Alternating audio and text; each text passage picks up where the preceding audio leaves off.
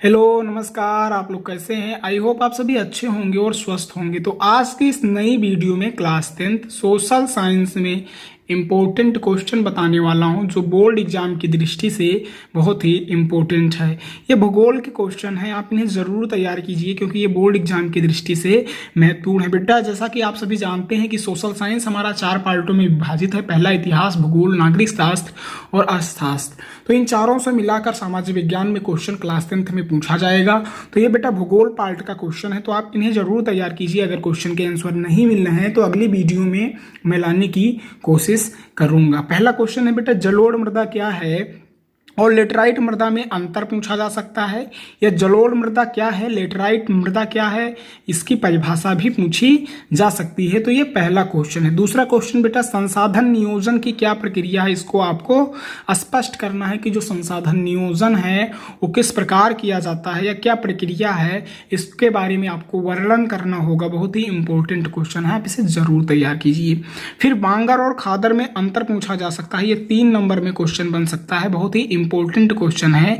आप बांगर और खादर में अंतर जरूर समझें।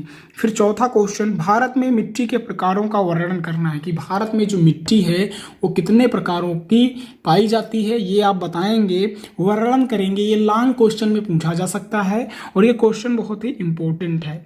ये भूगोल में अवश्य पूछा जा सकता है, लॉन्ग में या 4 नंबर वाले प्रश्नों में पूछा जाएगा या 6 नंबर वाले प्रश्नों में पूछा जाएगा। तो बेटा आप इसे जरूर तैयार कीजिए। फिर 5 नंबर, प्राकृतिक संसाधन क्या है, आपको वर्णन करना होगा, बताना होगा कि जो प्राकृतिक संसाधन हैं वो कौन कौन से हैं, उनके बारे में आपको समझाना होगा तथा लिखना होगा। फिर 6 नंबर, जैव विविधता क्या है, ये आपको बताना है। बहुत ही इंपॉर्टेंट क्वेश्चन है, आप इसे जरूर तैयार कीजिए कि जैव विविधता जो है वो क्या है, उसके बारे में आपको लिखना है, वर्णन करना है। तो जैव विविधता के बारे में आप लिख देंगे, बहुत आसान है।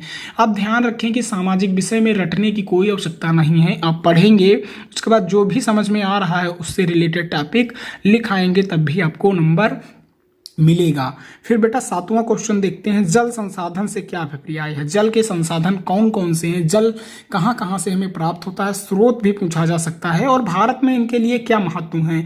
ये जो जल संसाधन है वो क्या अभिप्राय है, ये भी लिखना है। साथ में जो जल संसाधन है उसके लिए क्या महत्व है हमारे देश भारत में, ये आपको बताना होगा। फिर 8वां क्वेश्चन देखेंगे, भारतीय कृषि की कोई 3 विशेषताएं आपको लिखनी है कि जो भारत में कृषि होती है उसकी 3 मुख्य विशेषताएं क्या हैं, ये आपको बताना होगा। ये क्वेश्चन दूसरे तरीके से भी पूछा जा सकता है कि भारतीय कृषि की कोई 3 मुख्य समस्याएं लिखिए, या फिर भारतीय कृषि की कोई 3 मुख्य विशेषताएं पूछा जा सकता है, या भारतीय कृषि की 3 मुख्य कोई समस्याएं लिखिए, ये भी पूछा जा सकता है। 9वां क्वेश्चन बेटा देखेंगे, भारत में हरित क्रांति की किन्हीं 3 विशेषताओं का वर्णन कीजिए। भारत में जो हरित क्रांति है उसके बारे में वर्णन करना है और साथ में उसकी विशेषताओं का भी वर्णन करना है। बहुत ही इंपॉर्टेंट क्वेश्चन है, आप इसे जरूर तैयार कीजिए।